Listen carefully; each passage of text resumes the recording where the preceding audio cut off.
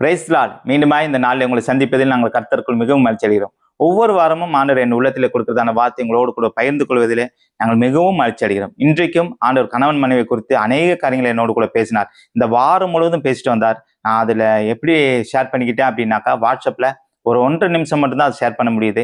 ஏன்னா என்னோட வாட்ஸ்அப்பில் சில ப்ராப்ளங்கள், இதை ஒரு செய்தியாக நம்ம தியானிக்கணும்னா அந்த வாரம் முடிவிலே நம்ம தியானிக்க முடியும். இந்த வாரம் முழுவதும் ஆண்டவர் பேசினதான வார்த்தையை நான் அந்த யூடியூப்ல உங்களோடு கூட பகிர்ந்து கொள்வதிலே நாங்கள் மிகவும் மகிழ்ச்சி அடைகிறோம். இன்றைக்கும் ஒரு வசனத்தை தியானிக்கலாம். எபேசியர் 5ஆம் அதிகாரம் 21ஆம் வசனம். தெய்வ பயத்தோட ஒருவருக்கொருவர் கீழ்ப்படிந்திருங்கள்.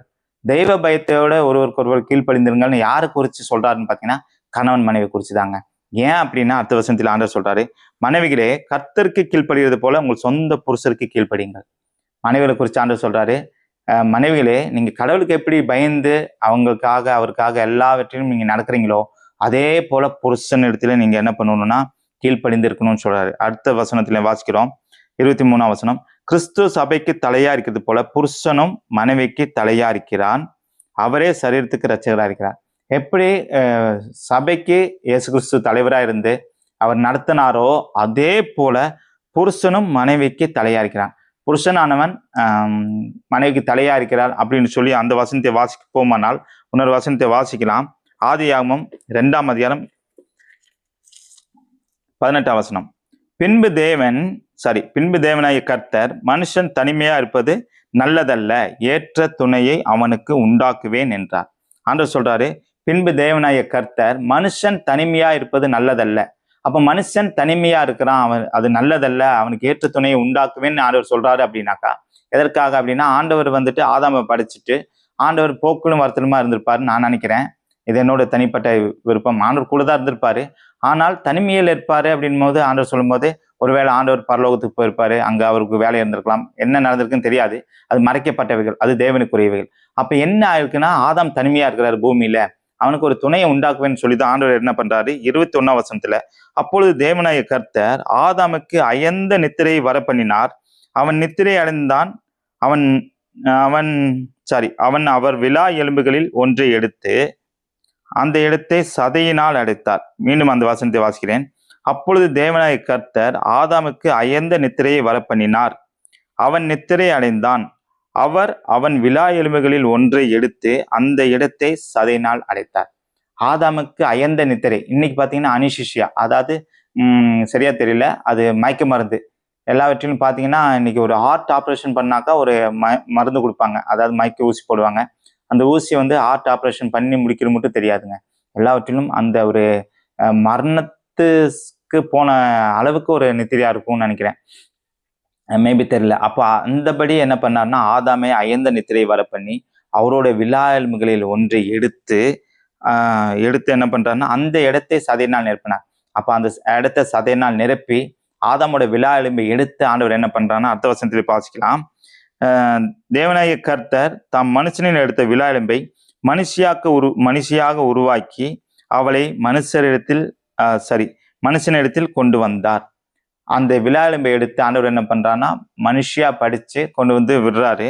அடுத்த வசனம், அப்பொழுது ஆதாம், இவள் என் எலும்பில் எலும்பும் என் மாமிசத்தில் மாமிசமாய் இருக்கிறாள், இவள் மனுஷனிலிருந்து எடுக்கப்பட்டபடியினால் மனுஷி எனப்படுவாள் என்றான். அப்ப இங்க மனுஷி எனப்படுவாள் என்றான்னா ஆதாம் தாங்க பேர் வைக்கிறாரு மனுஷின்னு சொல்லிட்டு. அப்போ ஒவ்வொரு மிருகத்தையும் ஆண்டவர் படைச்சு கொண்டு வந்து ஆதாம் கிட்ட கொடுத்து நீதான் பேர் வைக்கணும்னு சொல்லி பேர் வைக்கிறாரு. அந்த வசனத்தை வாசிக்க முடியும். எல்லா விதத்திலும் ஆதாம் கிட்ட கொண்டு வந்து கொடுத்து ஒவ்வொன்றும் பார்த்து ஆதாம் தான் பேர் வைக்கிறாரு. அதே போலதான் மனுஷன்னு ஆதாமே பேர் வைக்கிறாரு. 24ஆம் வசனத்தை வாசிக்கலாம்.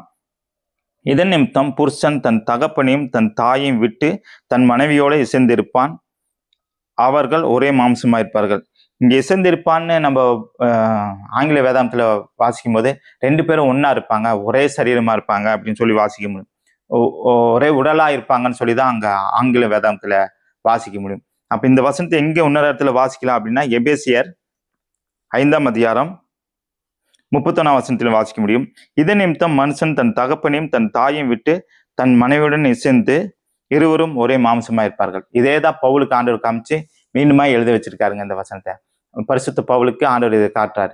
அப்ப எல்லா விதத்திலும் இவர்கள் 2 பேர் சேர்ந்துதான் குடும்பத்தை நடத்தணும், குடும்பத்தை உருவாக்கணும். ஏன்னா ஆதாமிலிருந்து ஏவாள் எடுக்கப்பட்டபடினால், அதாவது ஆண்டவர் படைக்கும் போதே கணவன் மனைவியா தான் படைச்சாருங்க.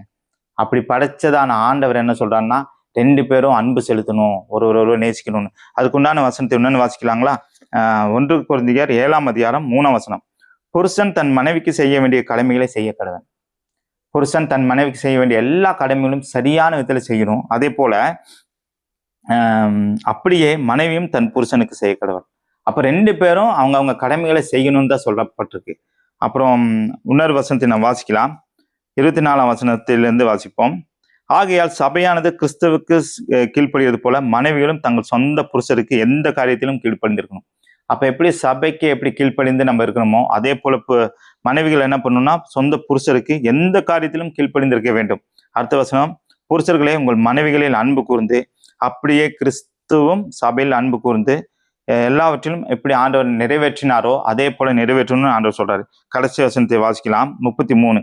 எப்படியும் உங்களில் அவனவன் தன்னிடத்தில் அன்பு கூறுவது போல தன் மனைவியிடத்திலும் அன்பு கூற கடவன். மனைவியும் புருஷனிடத்தில் பயபக்தியா இருக்க கடவன். அப்போ எல்லா விதத்திலும் மனைவி புருஷனிடத்தில் பயபக்தியா இருக்கணும், புருஷன் தன் மனைவியிடத்தில் அன்பு கூறணும்னு ஆண்டவர் சொல்றாரு. இன்னைக்கு அன்பு இல்லாத ஒரே சூழ்நிலையில தான் இன்னைக்கு அநேக குடும்பங்கள் சீரழிந்து கொண்டிருக்குதுங்க. கடந்த வாரத்துல வாட்ஸ்அப்ல ஒரு நியூஸ் பார்த்தேன், சன் நியூஸ்ல இருந்து. எல்லா விதத்திலும் எப்படின்னா 9 வருஷமா ஒரு வாலிப பொண்ணும் ஒரு வாலிப பையனும் காதலிச்சிருக்காங்க, லவ் பண்ணியிருக்காங்க. அவங்க பார்த்தீங்கன்னா கல்யாணம் ஏற்பாடு பண்ணி அவங்களுக்கு கல்யாண காரியங்கள் நடந்தது. ஆனால் அது ஒரே வாரத்துக்குள்ள அவர் என்ன பண்ணுறாருன்னா, அந்த கல்யாணம் பண்ணவர் சொல்கிறாரு, உங்கள் தகப்பனுக்கிட்ட இருந்து இவ்வளோ பணம் வாங்கிட்டு வா, நம்ம பிஸ்னஸ் ஸ்டார்ட் பண்ணான்னு. அந்த தகப்பனால கொடுக்க முடியாத சூழ்நிலை, அதனால அவங்க பிரியிறாங்கங்க. இன்னைக்கு 9 வருஷமா அவங்க லவ் பண்ணி எந்த விதத்தில் அவங்க அண்டர்ஸ்டாண்டாக இருந்திருக்காங்க? எந்த விதத்தில் இல்லை. நாளைக்கு அதுதான் இந்த காரியம் அவங்களுக்கு தெரியல. கணவன் மனைவினா 2 பேரும் ஒன்று, குடும்பத்தை நடத்தணும்னு. இவங்க யார் சமூகத்தில் போயிருக்கணும் அப்படின்னா ஆண்டவர் சமூகத்தில். அந்த வசனத்தை நம்ம வாசிக்கலாங்களா? மல்கியா எழுதின நிருபம் 2ஆம் அதிகாரம் 14ஆம் வசனம். ஏன் என்று கேட்கிறீர்கள், கர்த்தர் உனக்கும் உன் இள வயதின் மனைவிக்கும் சாட்சியா இருக்கிறார். கடவுள் என்ன பண்றாருன்னா கணவன் மனைவிக்கு 2 பேருக்கும் சாட்சியா இருக்கிறார். இன்னைக்கு அவரை சாட்சியா இருக்கிற வேண்டிய இடத்த எடுத்துட்டு வேற அநேக பேரை சாட்சியாக கொண்டு வந்துடும். எப்படின்னு உதாரணத்துக்கு கேட்டிங்கன்னா, இப்போ ஒரு கணவன் மனைவிக்கு ஒரு பிரச்சனைன்னு வந்துட்டா எல்லா விதத்திலும் என்ன பண்ணுவாங்கன்னா, ஃபோன் போட்டு தன்னுடைய குடும்பத்தில் தன் தாய் தகப்பன்கிட்ட கணவன்மாரோ இல்லை மனைவிமாரோ சொல்லும் போது என்ன ஆகும்னா, அவங்க எல்லா விதத்திலும் என் மகனுக்கு இப்படி ஒரு பட்டதான காரியம் நடக்குது, அவனுக்கு நிம்மதி இல்லைன்னு சொல்லி பிரிக்க பார்க்குறாங்க. அதே போல் மனைவின் வீட்டில் அவங்க வீட்டில் சொல்லிட்டாங்கன்னா, என் பொண்ணு அங்கே கஷ்டப்படுறாங்க, இங்கே நல்லா சுகமாக வாழ்ந்துட்டாங்க அப்படின்னு. ஆனால் பழைய காலத்துலலாம் பார்த்தீங்கன்னா ஒரு பிரச்சனை வந்துச்சுன்னா ஒரு லெட்டர் எழுதணும்னா, ஒரு உதாரணத்துக்கு ஒரு பெங்களூர்லேருந்து கோயம்புத்தூருக்கு ஒரு லெட்டர் வரணும் அப்படின்னா 3 நாள் ஆகும். அது பிரச்சனையை எழுதி அனுப்பினாங்கன்னா அந்த பிரச்சனை 3 நாளுக்குள்ளே இங்கே சேர்றதுக்குள்ளே என்ன ஆகும் அப்படின்னா அந்த பிரச்சனை அவங்களுக்குள்ள சமாதானம் ஆயிருங்க. அப்போ அவங்க சமாதானம் இருப்பாங்க. மீண்டுமா நம்ம இங்கேருந்து ஒரு லெட்டர் எழுதி உனக்கு எதாவது பிரச்சனைனா நாங்கள் வரட்டுமா அப்படின்னு ஒரு லெட்டர் எழுதுறதுக்குள்ள அங்கே அவங்க சமாதானமாகி நாங்கள் சரியா இருக்கோன்ட்டு சொல்லி அடுத்த லெட்டர் வந்துடும். இப்படிப்பட்டதான அந்த காலம் தாண்டி இன்னைக்கு என்ன பண்றாங்கன்னா, ஒரு கோபத்தில் எடுக்கிற அடுத்த செகண்டே என்ன பண்றாங்கன்னா, ஃபோன் பண்ணி குடும்பத்தில் பிரிவினை ஏற்பட்டு இன்னைக்கு டைவர்ஸ் அப்படின்னு சொல்லி கோர்ட் வாசல்ல போய் நிற்க வேண்டிய சூழ்நிலை இருக்கு.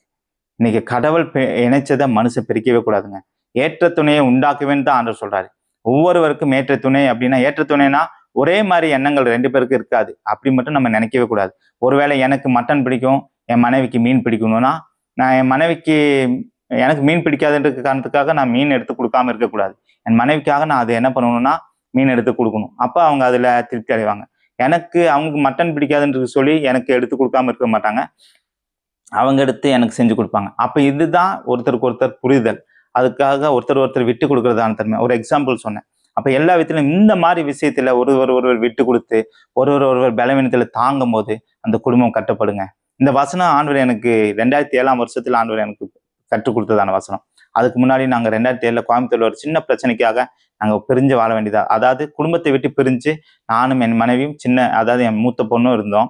அந்த நாட்களில் பார்த்தீங்கன்னா என் ஒய்ஃப் ஒரு மாதம் ஃபுல்லாக சம்பாதிச்ச காசை அவங்க என்ன பண்ணிட்டாங்கன்னா தொலைச்சிட்டு வந்துட்டாங்க.